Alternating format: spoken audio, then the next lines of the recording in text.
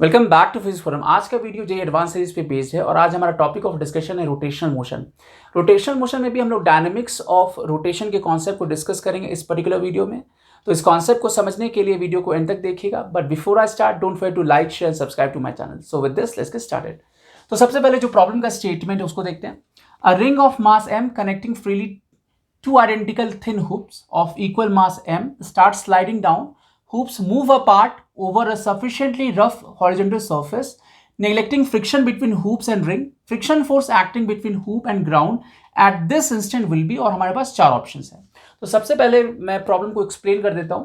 तो यहां पर दो हूप है, दोनों का ही मास है वो m है, और इस दोनों के इंटरसेक्शन पॉइंट पे एक रिंग है, यहां पर उसका भी मास m है। ठीक है, इस रिंग को, अच्छा, इस रिंग और हूप के बीच में जो है फ्रिक्शन है उसको हम नेग्लेक्ट कर रहे हैं।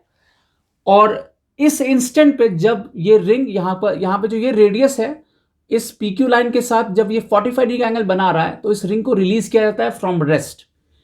ये दोनों ही हूप एक रफ सरफेस पे रखा हुआ है और यहां पर जो फ्रिक्शन है वो सफिशियंट है। इसका मतलब ये हुआ कि यहां पे प्योर रोलिंग पॉसिबल है। तो इस इंस्टेंट पे जब इस रिंग को रिलीज किया जाता है इस पोजीशन से, तो यहां पर जो फ्रिक्शन फोर्स होगा वो कितना होगा, ये हमारा क्वेश्चन है, राइट।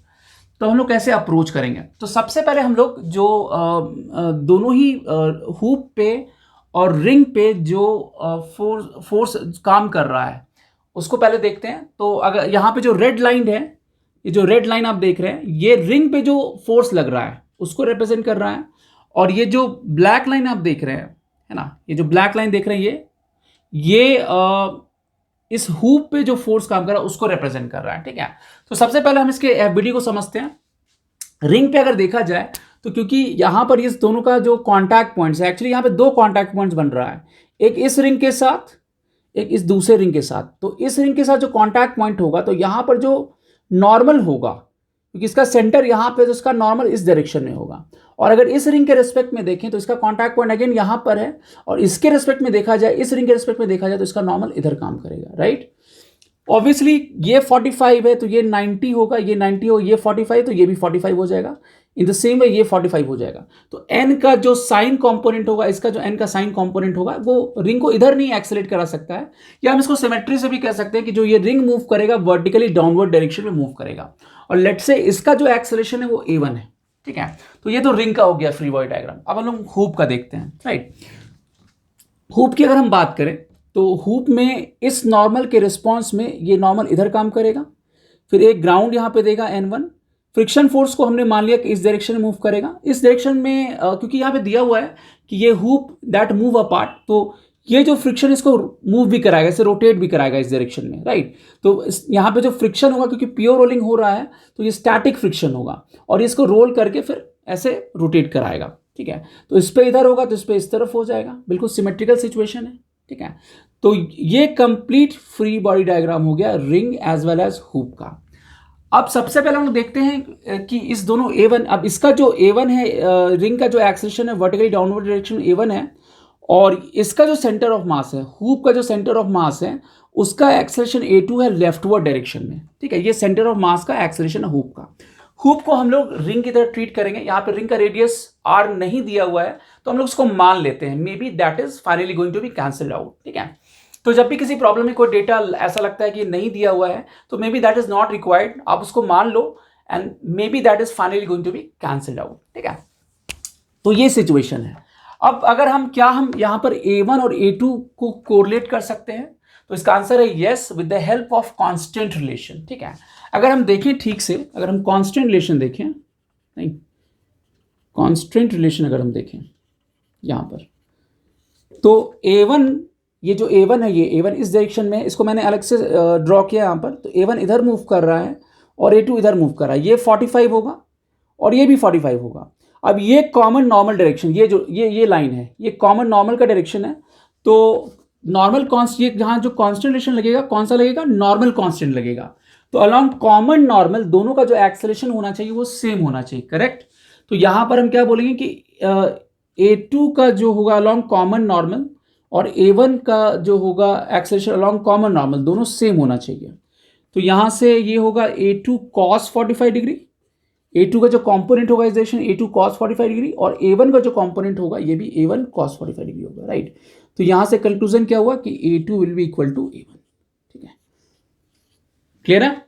अब अगर हम रिंग के लिए लिखें, फॉर रिंग, अगर हम रिंग के लिए लिखें तो मेरा इक्वेशन क्या बनेगा, mg नीचे की तरफ है और इसका component n cos 45 degree n cos 45 degree दोनों ऐड हो जाएगा, सो mg minus 2n cos 45 degree, ये कितना हो जाएगा, m इंटू A1 हो जाएगा, इक्वेशन नंबर 2। अच्छा, A1 जो है मेरा A2 के इक्वल है, तो इसको हम इक्वेट कर देते हैं A2 से, right. So this is my equation number 2। अगर हम हुप के लिए देखें, हुप को हम लोग रिंग की तरह ट्रीट करेंगे, राइट। तो यहां पर क्या होगा, अगर हम इसके ट्रांसलेशन मोशन को देखें, क्योंकि इस हुप के पास दोनों टाइप ऑफ मोशन होगा, मतलब ट्रांसलेशन भी होगा, रोटेशन भी होगा। अच्छा, ये नॉर्मल जो है ये इसको टॉर्क नहीं दे सकता, ये फ्रिक्शन होगा, यही इसको टॉर्क देगा इसके सेंटर ऑफ मास के अबाउट। बट एन का जो रोल होगा ट्रांसलेशन मोशन में होगा, तो एन का जो इधर वाला कंपोनेंट है एन cos 45 डिग्री, नहीं, और इधर फ्रिक्शन एफ एस काम कर रहा है, तो इसके लिए क्या लिखेंगे इक्वेशन, ट्रांसलेशन मोशन के लिए N cos 45 degree minus F S, ये कितना हो जाएगा, m इंटू A2 हो जाएगा, right. So this is equation number 3। किसी भी एक के लिए हम लिख सकते हैं, दोनों बिल्कुल सिमेट्रिकल सिचुएशन है, किसी भी एक हुप के लिए लिखें, चाहे इसके लिए लिखें या इसके लिए लिखें, इक्वेशन मेरा सेम ही रहेगा। अब इसका अगर रोटेशनल मोशन लिखेंगे तो एफ एस का जो टॉर्क होगा इसके अबाउट, सेंटर ऑफ मास के अबाउट, वो कितना हो जाएगा, तो टॉर्क जो होगा सेंटर ऑफ मास के अबाउट वो होगा ICM इंटू एल्फा, नहीं, सो टॉर्क जो होगा फ्रिक्शन का आएगा, नॉर्मल का टॉर्क आ नहीं सकता यहाँ पे, ये जो इस दोनों के बीच में लग रहा है, ठीक है, और इसका भी नहीं आएगा N1 भी, क्योंकि इससे पास कर रहा है, तो इसका भी टॉर्क नहीं आएगा, तो सिर्फ फ्रिक्शन एफएस का टॉर्क आएगा, ठीक है। तो यहां पर जो होगा ये FS into R, so FS into R, और ICM जो होगा क्योंकि ये हुप है, so this will be treated as ring, so MR square alpha, तो यहां से जो एफएस आया ये कितना आ गया मेरा, MR एल्फा आ गया, ठीक है, ये इक्वेशन नंबर 4 हो गया। अब लेट्स से कि ये पॉइंट ऑफ कांटेक्ट है, लेट्स से इसको हम लेट्स से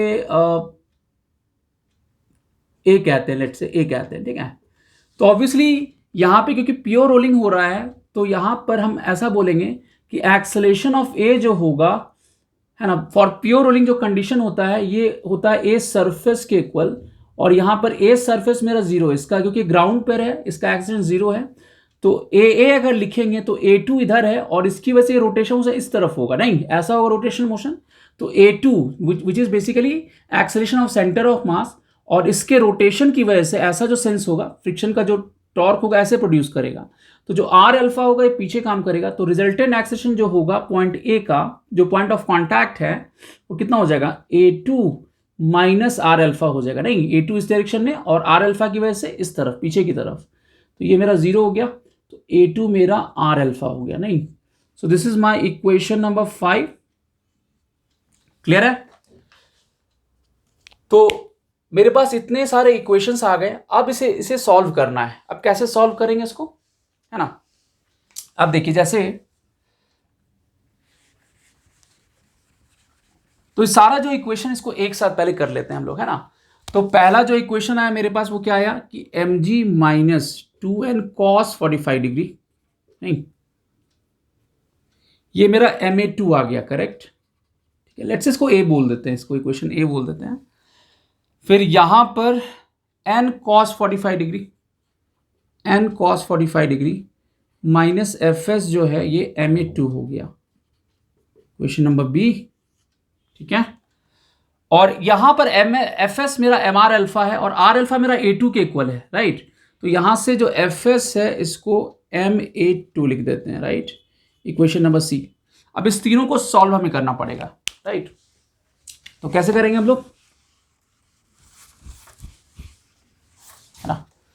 तो देखिए यहां पर पुट सी, ये जो वैल्यू है बी में रख दें अगर हम, नहीं, पुट सी इन बी, तो क्या बनेगा, n cos 45 डिग्री, और fs को fs ही रहने देते हैं, Ma2 मेरा fs हो जाएगा, नहीं।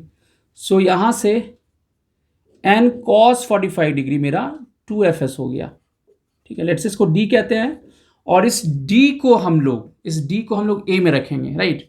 So put d in a, put d in a, so this comes to be mg minus 2, और n cos 45 मेरा क्या है, twice of fs, so 2 into 2 F S हो गया, और MA2 मेरा कितना है, FS के इक्वल है, तो ये FS हो गया।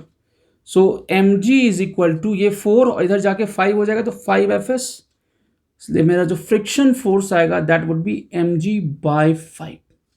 ठीक है, तो इसका जो करेक्ट आंसर है वो है ऑप्शन नंबर डी, mg/5। ठीक है, interesting. So that's all for this video. JEE advance series के नेक्स्ट वीडियो में हम लोग फिर मिलेंगे एक नई प्रॉब्लम के साथ। Till then take care, good bye.